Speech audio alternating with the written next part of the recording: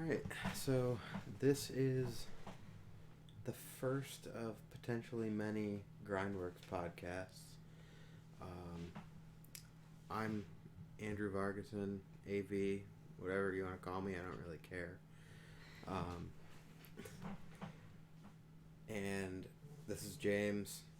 We are doing more of a test than anything else at the moment. Kind of have like a makeshift little studio set up.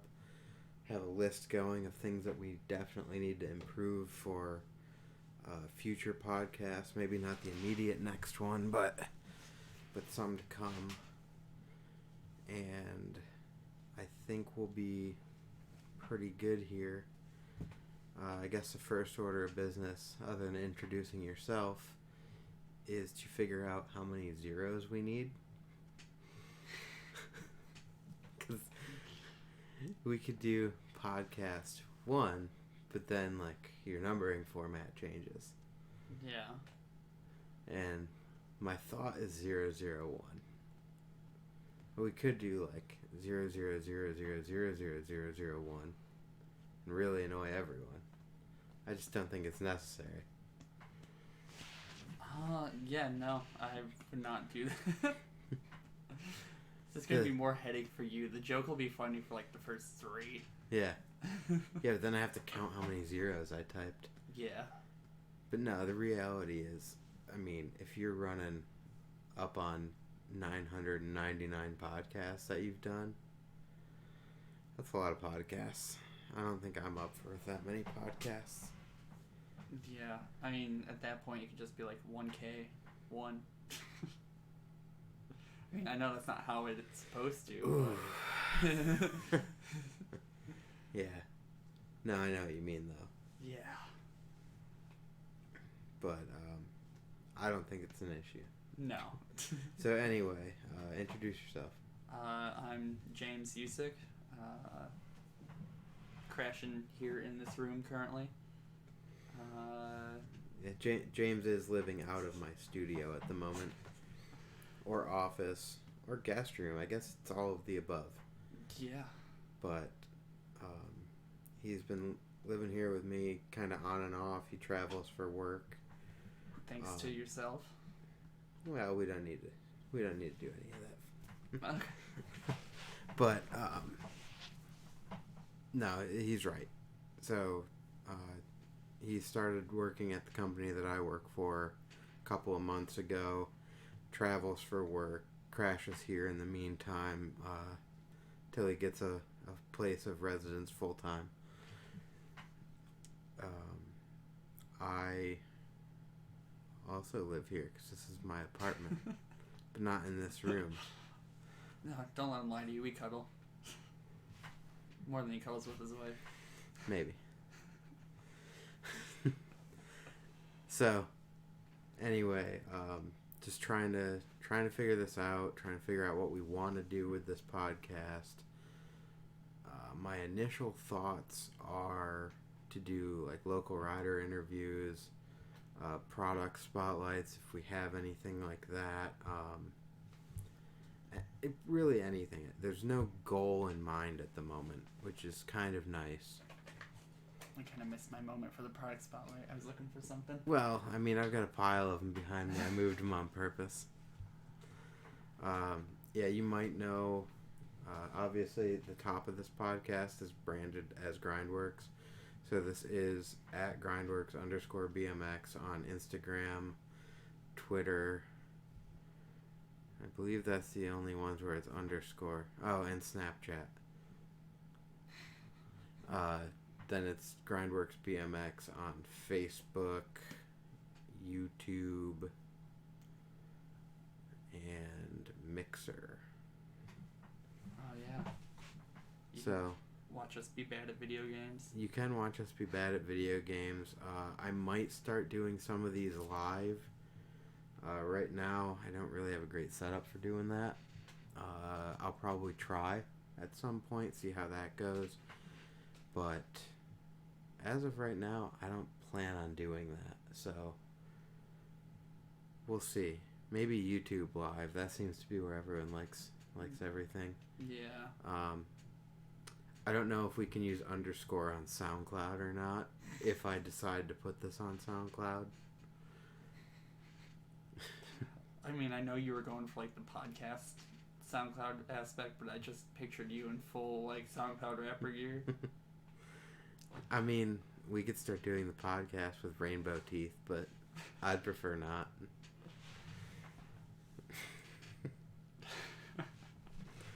So, anyway, this is not supposed to be about me per se. But so, you gotta like, introduce yourself with the first one, a little I bit. mean, a little bit. So, I guess you're right.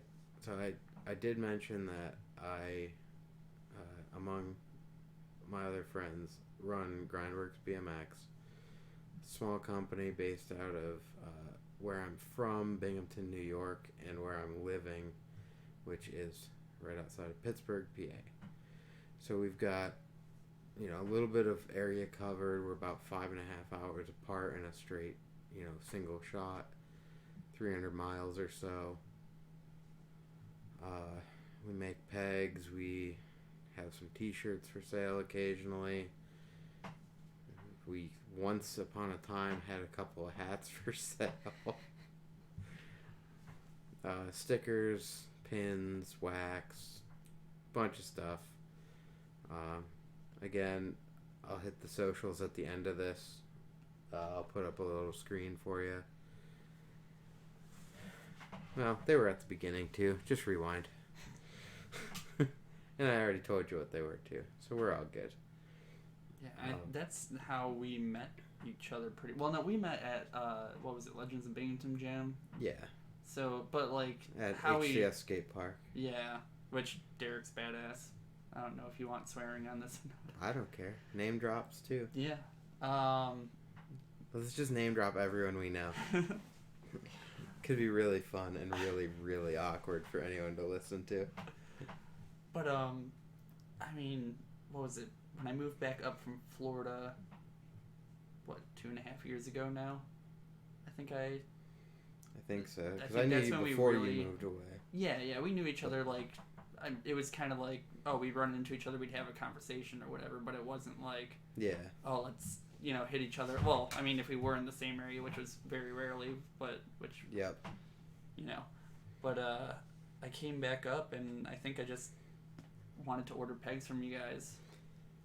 I think was the first. I think that might have been one of the things, but you were also just living closer. Yeah. Because before you were in Buffalo. Yeah. So 3.5, 4 hours from Binghamton. Yeah.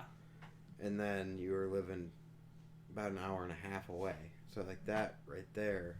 Yeah. We were riding together a little bit. Other than the fact that the timeline doesn't add up there, because I was down in Pittsburgh at that point. Yeah, you were. I think you reached out more for Cam and Sam because they're still up there. I honestly didn't even know. I don't really remember. From what I can remember, it was I came back up from Florida and I was just like, wow, this skate park this town has a really boring skate park. I was living over by Mansfield, Pennsylvania, and I was like, I need something to do, and I was a no brakes, pegless kid for most of the 12 years I've been riding, and then all of a sudden I put on the back brake and 4 pegs that I got from you, and then not too long ago put the front brake on. Yep. And it's really weird. I mean, it's cool. It's fun, yeah, it definitely is fun. I just need to put more pegs on things. I can do ice picks and crooked grinds, and that's about all I do. And feebles. Mm-hmm. It's alright. Yeah, that's all you need. That's all we all do, it's just feebles. I mean, there's a whole podcast about feebles. That's a different group. Yeah, unaffiliated. Unaffiliated, yeah, no. They use plastic pegs, I heard. If they do, they're not grinding at all. Not to start throwing too many jabs out there at all you guys that are probably just going to be the only people that listen to this. You'd be like, oh, these guys suck. And we do, but... Yeah. But yeah, I'm pretty sure it was just... I wanted to get some pegs off you, and then you guys had shirts at the time, too. I think my first order was 4 pegs and 2 shirts or something like that. I could look this up. We probably could. I could, but it's really not relevant to the podcast. Yeah, and then what was it? That summer you were having the jam going on, and I was working a seasonal job, so I had time off, and I was like, I'll come up and help, and that's pretty much when we started hanging out more. Yeah, I think you're right on that one. Yeah, because you've helped out 2 years running with that Binghamton jam. Yeah. Big help there, getting all that done. Got me out of the house and kept me from losing my mind in a tiny middle of nowhere town. Yeah. So, now you're in the process and or living down here. Or homeless, depending on your definition. But, been down in Pittsburgh for what? Is it 3 months or is it 4 months now? Late August is when I came down. So it's December now. So yeah. So it's about 3-ish. Yeah, but just over. With how much I've been working, it's been like 2 weeks. Yeah. 2 weeks. You've been in Pittsburgh for 2 weeks. I've been down here for a little under 4.5 years. Maybe exactly 4.5 years. Moved down from just outside of Binghamton, New York, as I said earlier. Live in Monroeville, Pennsylvania right now. Have a 1-year-old baby, a wife, and a sweet job, other than GrindWorks, so that's cool too. But yeah, so back to you. After you got down here, you obviously started the job. That's been going well. Yeah, get to travel around, and they let me bring the bike. Well, when I'm not with the busted spleen, which we'll probably end up getting to that at some point, but they didn't say anything. I mean, I just can't ride now, and kind of lame for the next 3 months. But yeah, they let me bring the bike and everything, so on weekends or after work I can go ride and check out new places. Been to Florida, South Dakota, multiple different places in Ohio, and anywhere else in between. Pretty much, yeah. So it's been fun. I go down to Atlanta-ish area tomorrow, maybe, if the truck gets out of the shop. It's a different story. Sometime this week. Yeah, sometime. Probably further into the future than when, well, obviously the future from now, because that's ridiculous. But he will be long gone by the time you guys get to watch or listen to this. Ideally, unless just catastrophe strikes. I'll be cringing in the hotel room. He'll probably be playing and streaming video games. Yeah, actually that's fair, yeah. Maybe not streaming. You haven't really gotten set up on that. Buy a webcam while I'm out. Do it from the hotel room. I mean, I debatably have 2 right here. True. But, I mean, you use one, so... Or both of them, so... I do use both, as this... It's happening.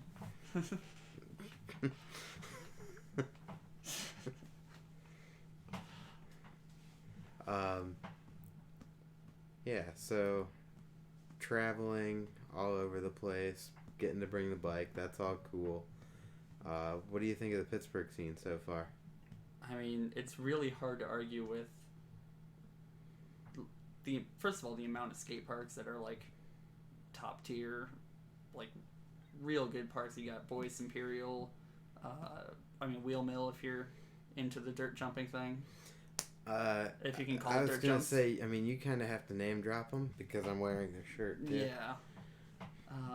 So I guess shout out Wheel Mill. Yeah, they're awesome. Get a monthly pass or a 6-month pass. It's way worth it that way. Yep. But I mean, there's so many. Or don't and just come visit. Yeah. So many good parks, and then of course with those parks come just a level of riding that everyone, for the most part, seems to be on. Like all the locals around here are always pushing each other and always one step ahead of each other in a good way. Like you always are like, it's always a friendly competition. and everyone's rad too. I don't think I've met more than maybe one or two people that kind of gave me sort of weird vibes, and that's only because I haven't gotten to know them. Mm-hmm. So, well, and I mean, no offense to anyone, and I don't know specifically who you might even be talking about. You probably don't even know who you're talking about name wise. Yeah. But it is such a big scene that with that, there's people that never leave certain skate parks or certain areas in the town. So they don't always get to see a bunch of different people too. Yeah. So having that huge diverse scene in a bunch of different skate parks, you can almost end up with cliques. Yeah. So, I mean, I haven't seen too much of that. A couple of spots, a couple of people. No real big deal on my end. I think it's more just people are... Because a lot of my riding recently has been at the Wheel Mill, and Wheel Mill is a touristy place, almost. You know, I just had friends from Buffalo come down 2 weeks ago. So you have people coming all over. If you're a new face around there, they're not really going to initiate a conversation with you or anything, because they're just like, you might be here tomorrow, you might not ever see him again. So it's... They have no obligation to be friendly, I guess, is what... Or, like... Not, I wouldn't say friendly, but obligation to really put themselves out there and out of their comfort zone or whatever. I think that happens at almost every big skate park. Yeah. Primarily indoors. Yeah. Because there's a very tight-knit local scene that's there all the time. And there's the people that you're like, who is this person? Yeah. I know that a lot of people have been... It's very easy to get into the scene as long... I don't even want to say as long as you know someone. Because everyone is pretty open to people.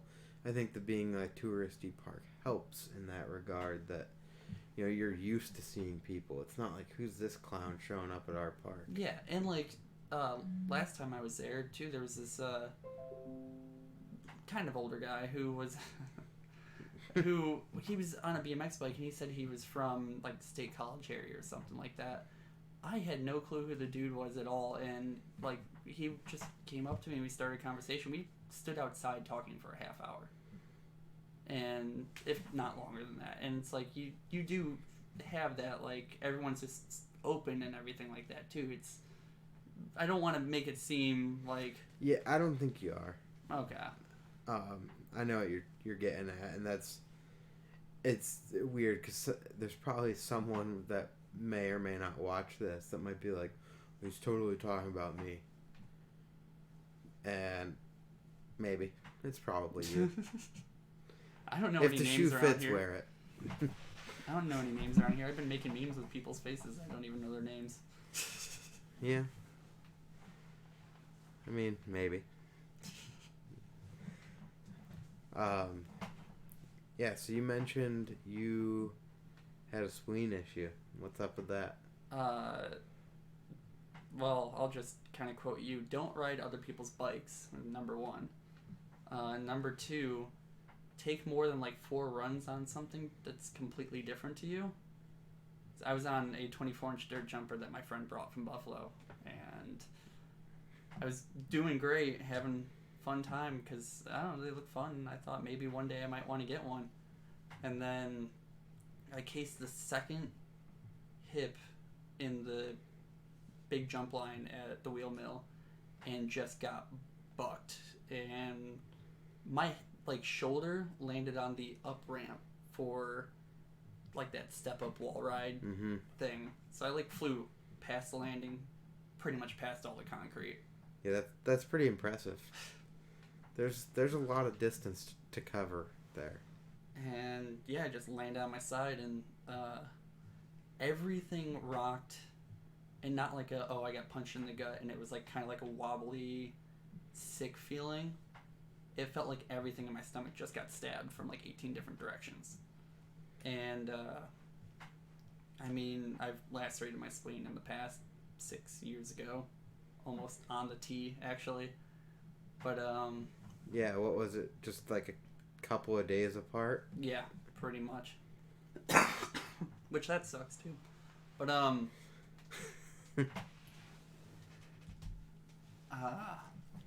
yeah. So I kind of had a feeling that that's what happened, and I waited like 15 minutes and kind of forced myself to do a little side jiggle, and I felt swishing. I'm like, no, I'm going to the hospital. And my friends from Buffalo, they were kind enough to drive me over to the hospital. One took my car and drove me over, and then the others came in the van, and they hung out with me until like midnight. And then I got transferred to a different hospital. They took my car over to the different hospital and then left for Buffalo, which was like a 3.5, 4-hour drive. So that was really awesome of them. Any name drops? Kevin Zuba, Zach Smith, Luke Pesnick. He calls himself Puke. Okay. Well, shout out to you guys. Yeah. You know, obviously you're going to help out a friend any way you can, but, you know, really taking his car there is kind of above and beyond what needed to be done. Luke left a $20 bill in my passenger seat, too, for getting out of the parking garage. Oh, that's awesome. Yeah, that was, I mean, I only needed 5, but, like, I'm definitely going to take that man out to lunch and buy him a drink and maybe touch him inappropriately.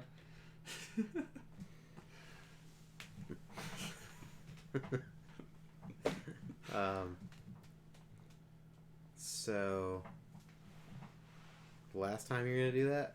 No. I mean, they didn't take it out. Yeah, no, they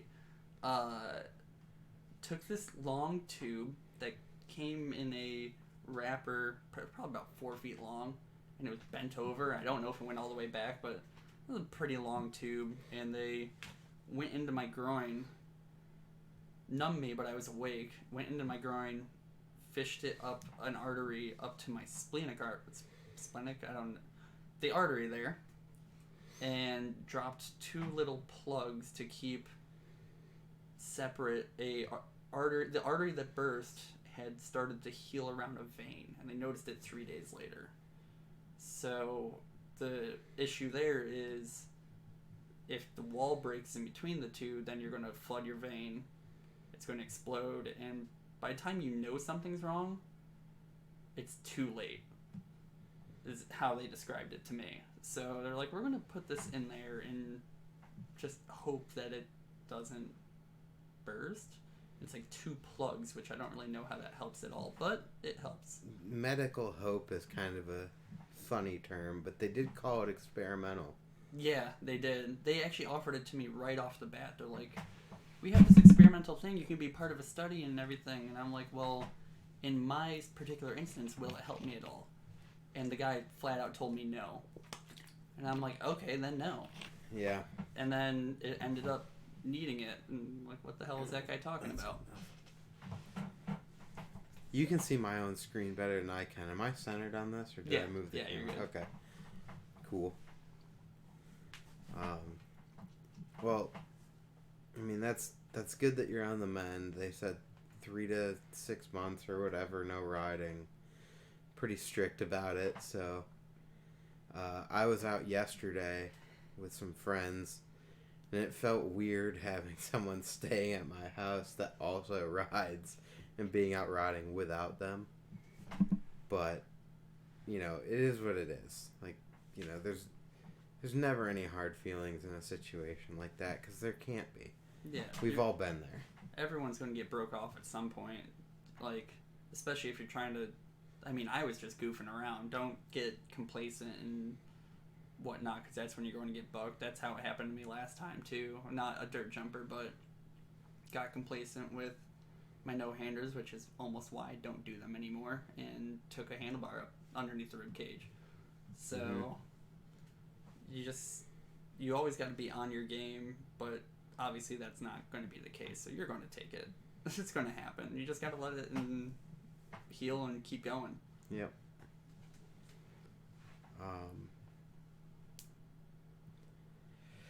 Man, that's just a rough situation all around there. So, moving forward, I know you're leaving town, you said. So after you leave town, will you be back for the holidays at all? And if so, do you have any plans there? Yeah, I think I'll be back the 15th or 18th. There's one customer that we have that just hasn't gotten back to us yet, which seems to be a trend around the holiday season. You know, things get in the way. But, Yeah, and people take time off work, and yeah. Who really knows, you know? Yeah. So, but yeah, I should be back, and then I don't really have any plans other than I'll go visit the parents at some point. They're babysitting my cat until I get a place, so... So you'll be, hanging out, watching people ride at the wheel mill? Probably at some point. I probably will go over there and just pick up a camera or something. Yeah. Get into photos or whatever you want to do. I actually used to have a decent camera, and if you go through my Facebook, there's a bunch of terrible shots that I took when I was like 14 with a fisheye that wasn't zoomed in to like get rid of the fisheye. So it looked like every early 2000s yeah video and photo that was ever taken. Or yeah, that's what I was going for. But now looking back on it, it's like, why was I going for that? So. Well, I mean, with any media platform or anything, even as soon as you do something, you know, next week you might look back and be like, not as good as it could have been, or totally different art direction that you'd want to go. Like, I fully anticipate this not being what we want it to be, or not being what I want it to be, and having to kind of make tweaks. We've broken the fourth wall a lot in this. Yeah. But I think it's okay. I'm looking straight at you right now, and I think it's fine. I mean, it's a podcast. It's not like it's a scripted movie. I'm not... Yeah. But, I mean, it just feels funny to address the podcast itself. Yeah, because right now, there's no one there. Right now, we are talking to no one who there. we think might eventually watch this. And including ourselves, because we're going to end up watching this at some point. I'm going to have to watch this whole thing and make sure that it flows well. Yeah. And it's, you know, having already been a part of this conversation, it's probably going to be kind of painful. Yeah. I'm probably going to want to just delete it and not post it, but I know better than that. Or could just save it, do another one, and then as sometime down the line, just be like, look at our first one, and just kind of goof off and laugh at it. I mean, you gotta just start with something, and it feels kind of weird on my end. You know, I had a list of people that I've mentioned wanting to do this podcast to. Yeah. And, you know, they've expressed some mild interest in actually participating themselves. And then kind of the discussion of, like, the, you know, interviews with local Pittsburgh scene and whatnot. It feels kind of funny doing it with someone that's not local here. Yeah. But maybe it's fitting, because technically I'm not either. Yeah.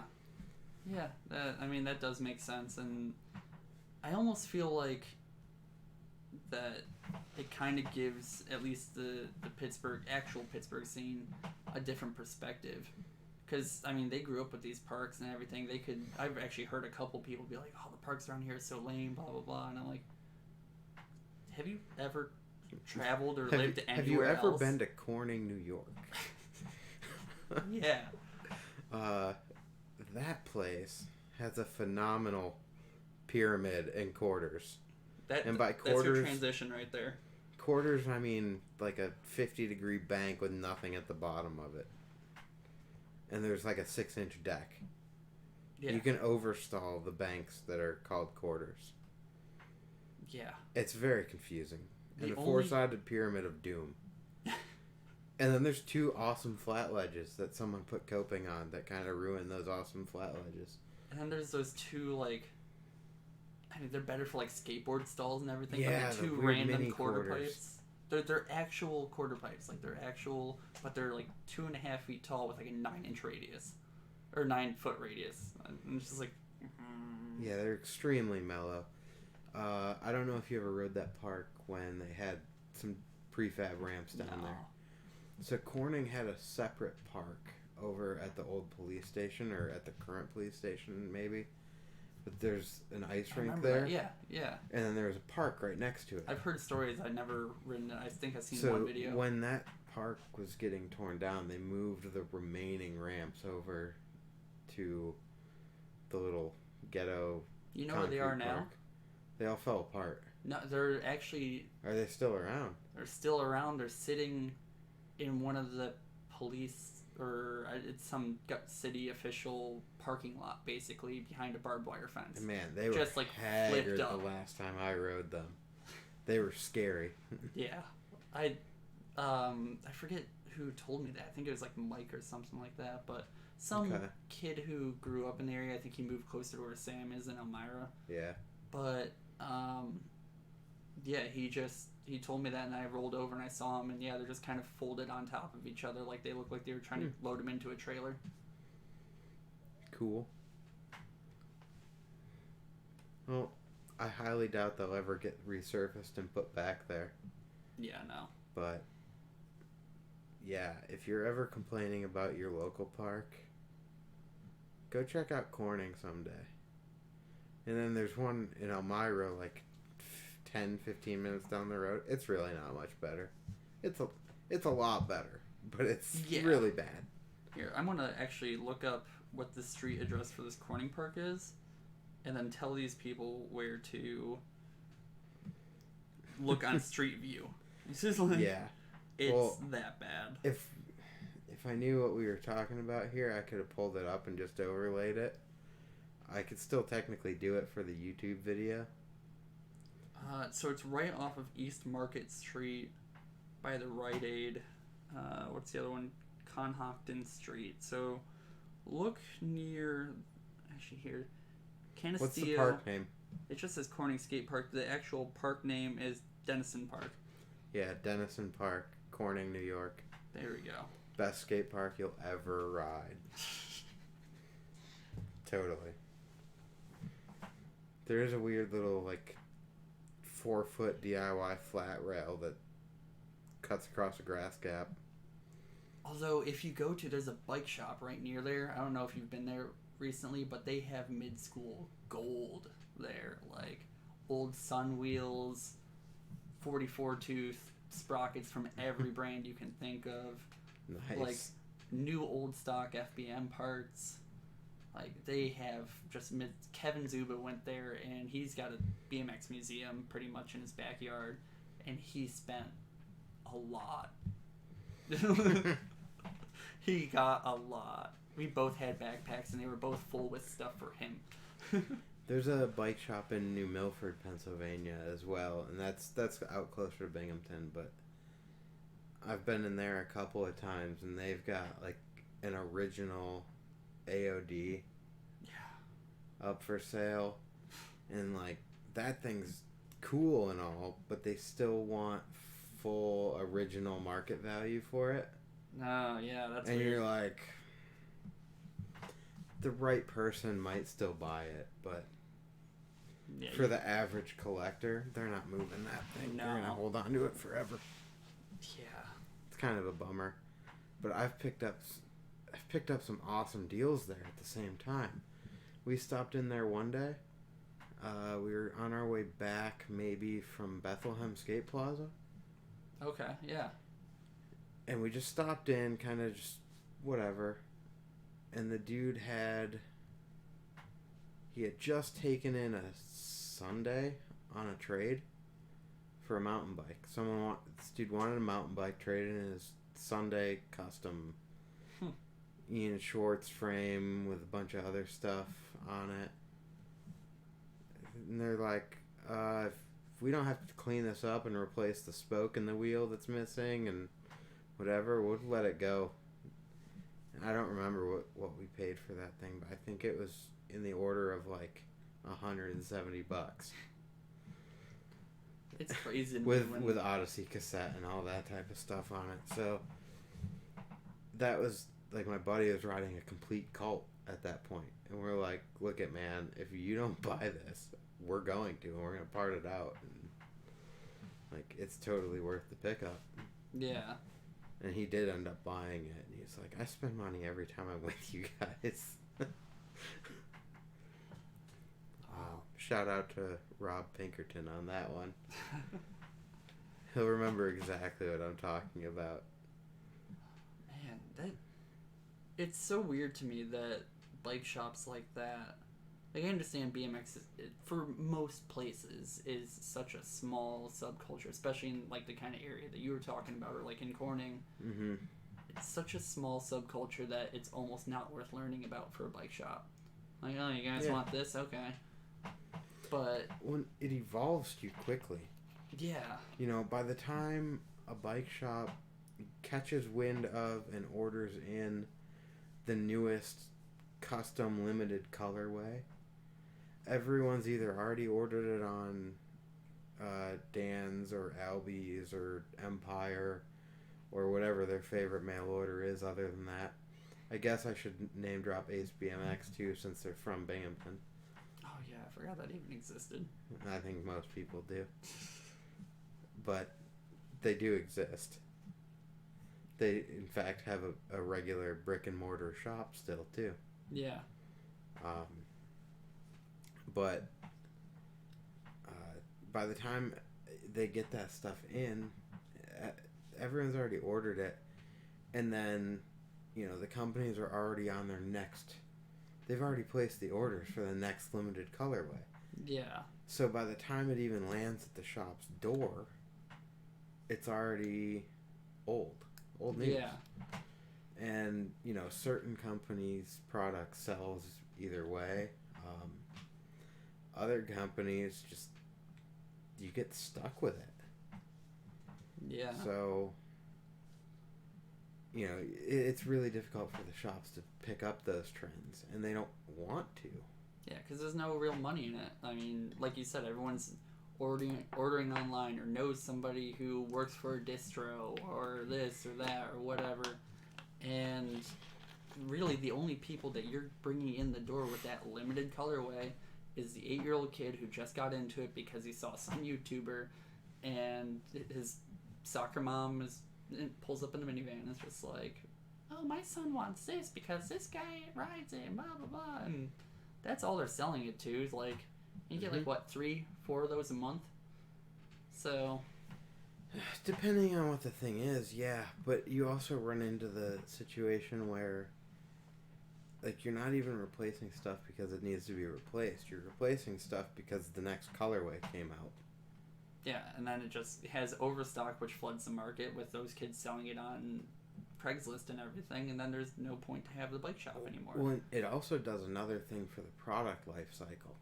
Yeah. You can make your stuff weaker. Yeah.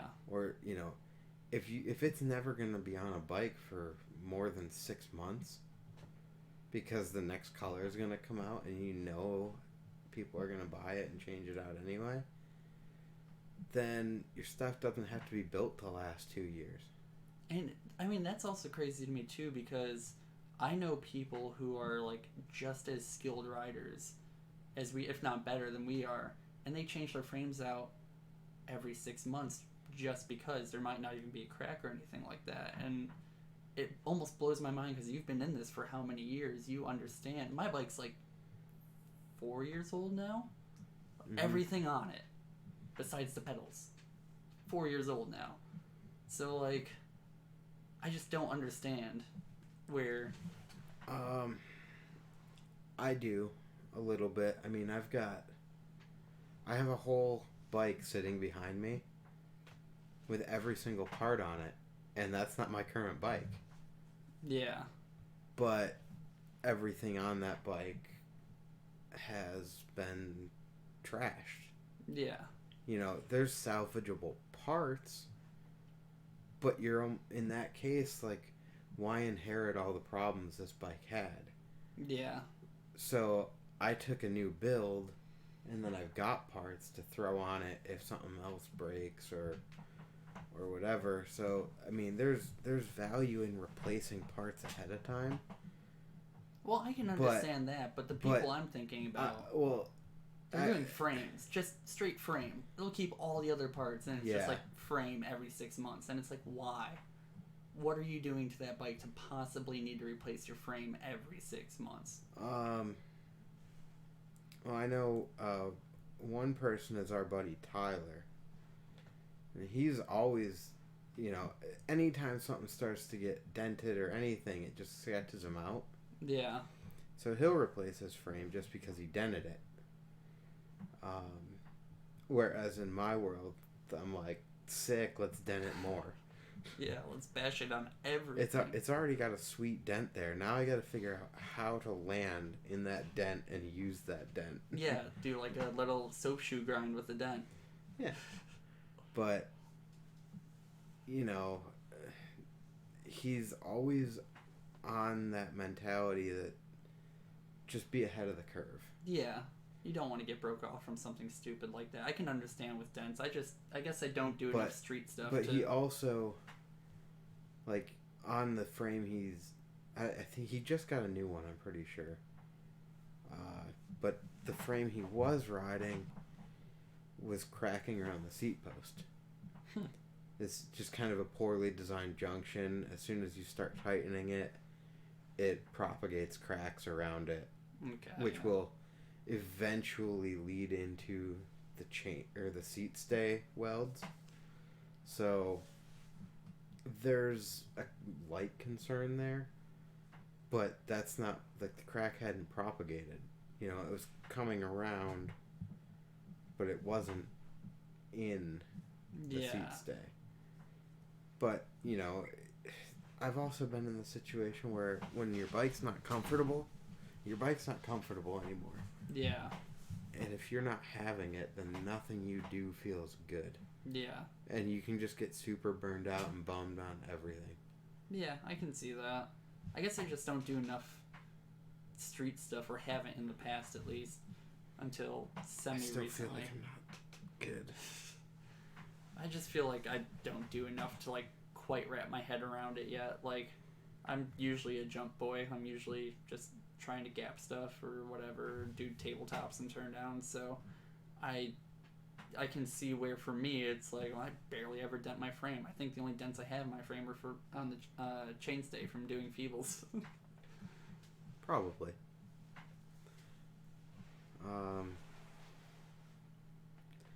So we talked about a little bit of your past. We talked about what you're doing now.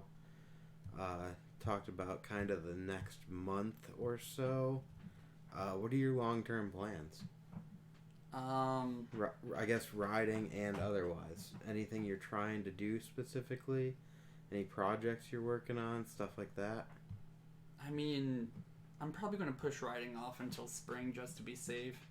As much as it sucks, I might do some light riding, just jumping stuff or, just kind of taking it easy and trying to be smooth after the 3-month point. The baby jumps? Yeah. Well, the baby jumps are harder than the bigger ones. Yeah, but you don't fall as far. Yeah, that's true. But, I'm going to at least do that for a little bit, get back into it. There's that Capital Crew video that I know GrindWorks, Andy and everyone with GrindWorks is working on. I'm pretty sure Keystone is working on it too. Mm-hmm.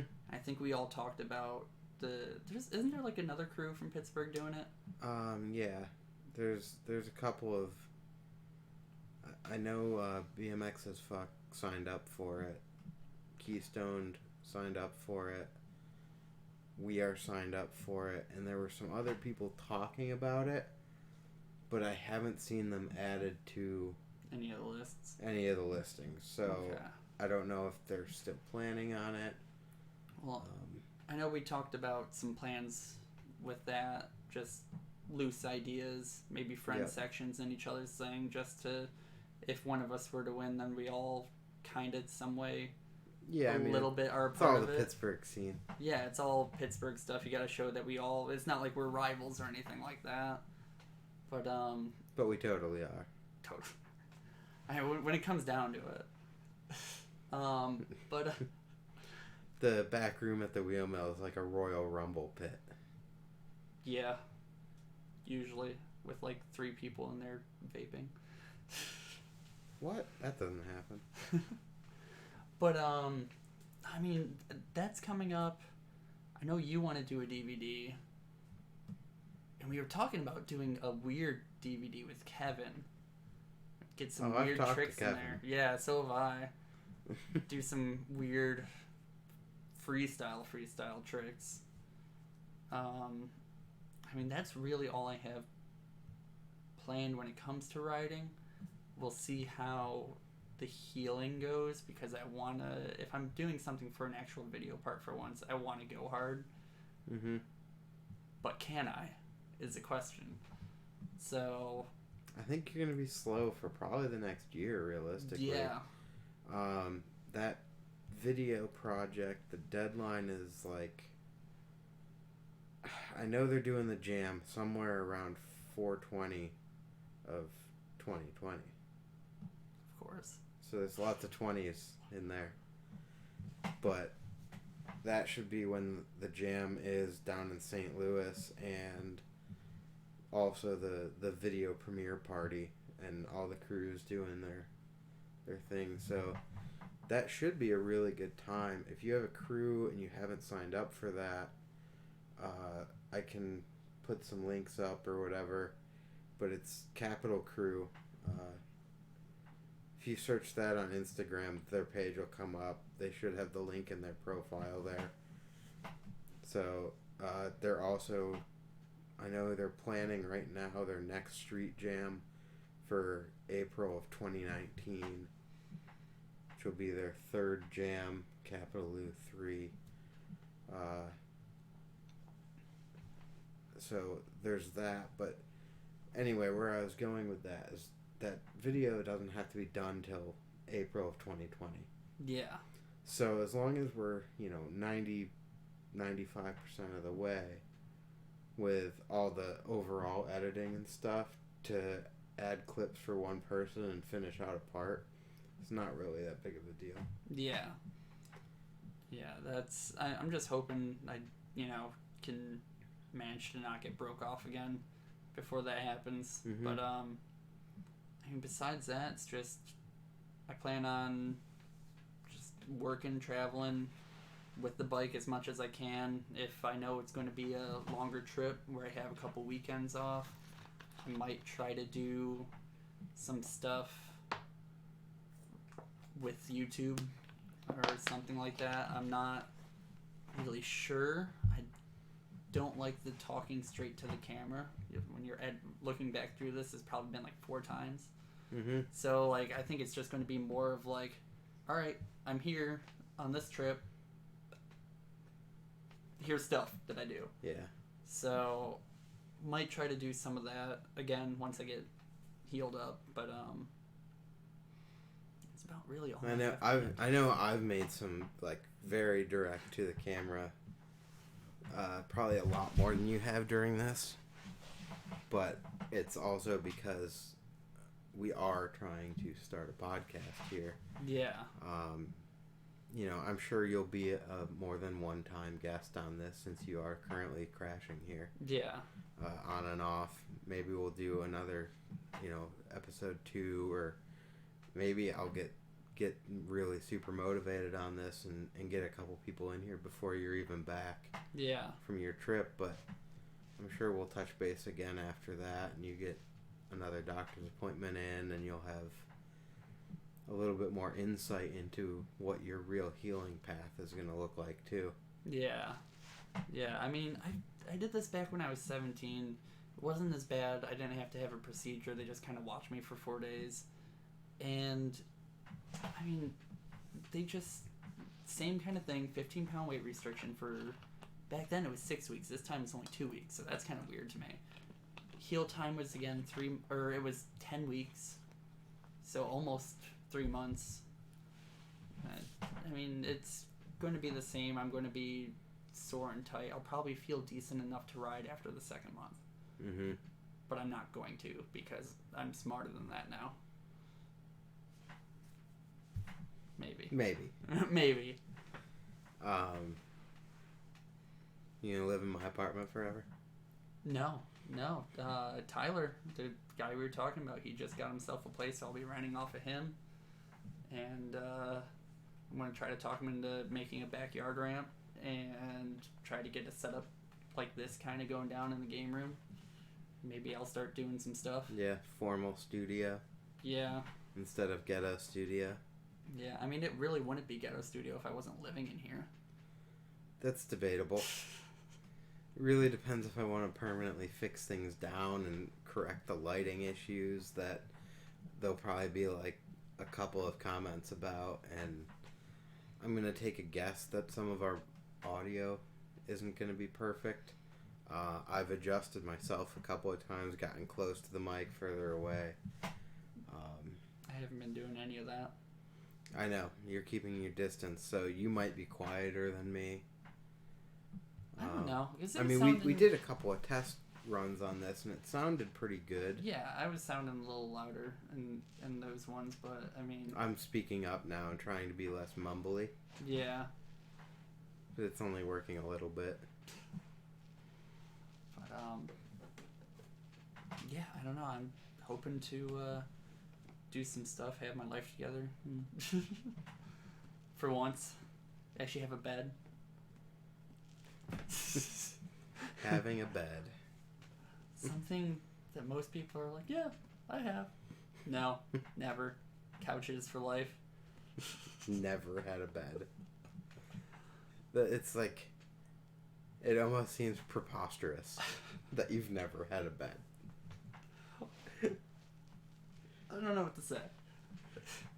Wake up to my dad watching Jerry Springer at like 2 p.m. when I was like 16, sleeping on the couch. It's just wild. Hey man, I don't know. I mean, I guess that kind of conditioned me for the travel life that, I mean, even before I started this job, I had traveled a bunch. So with Jack Hart J and all those guys, so from Buffalo, Dylan Pierce, Alex Pierce, different spelling of Pierce. But, yeah. I mean, since I started working, it's pretty much, let's ride everywhere. It's weekend. I'm not doing my homework. Let's go. Yeah. Yeah. I mean, I get it. I get the travel thing. It still just seems kind of crazy. Yeah. But it's cool. I mean, you'll be pretty stoked when you have your own bed. Yeah. Like, I love going home to my bed. Even when we go up and visit family up in Binghamton, when we come back, getting in your own bed is amazing. I mean, I kind of had that for a little bit rolling there earlier this year. Yeah, with your futon there, but... Yeah. But... Alright, well, we'll call this a wrap on this one. It got weird.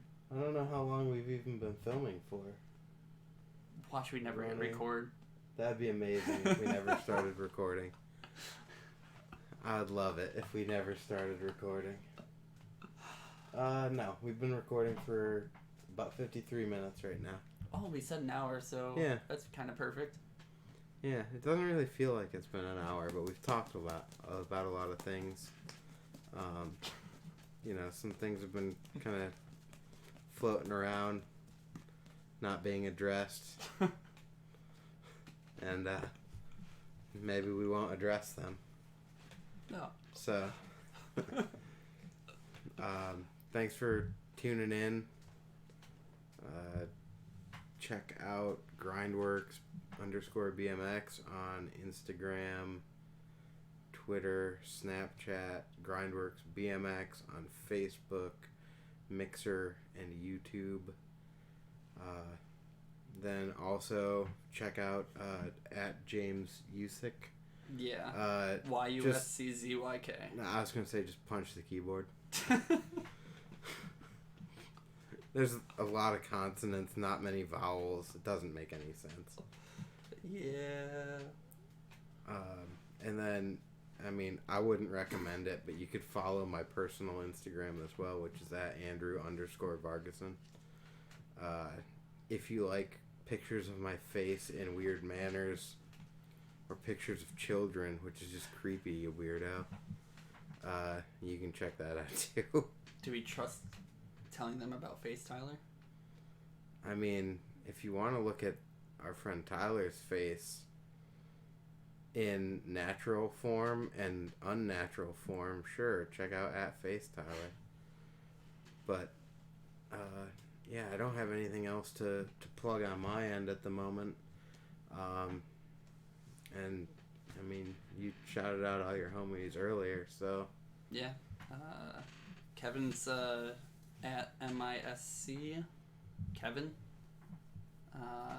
He does some weird tricks. That's on Instagram.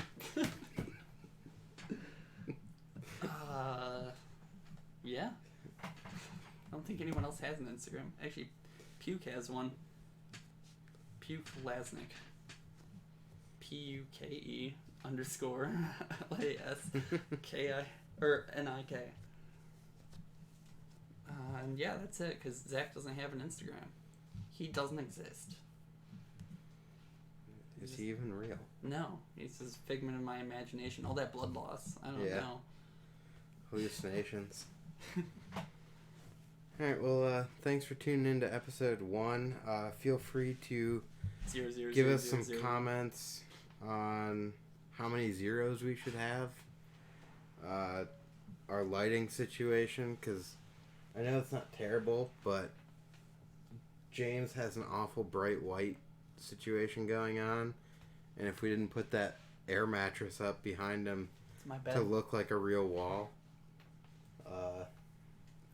he would be completely black right now. And it was pretty bad. No, it's not doing it now. Wow. Yeah. Of course, we spent like a half hour messing with that. It might not adjust when we're recording. Oh, that might be the secret for future. It might be the secret. And just switch. Oh, there we So, go. good to know, I guess. Anyway, audio comments, video comments, lighting, backdrop, appearance, too many logos. Yeah. Anything else that might be bothering you, just let us know. So, alright, signing off. Thanks, guys.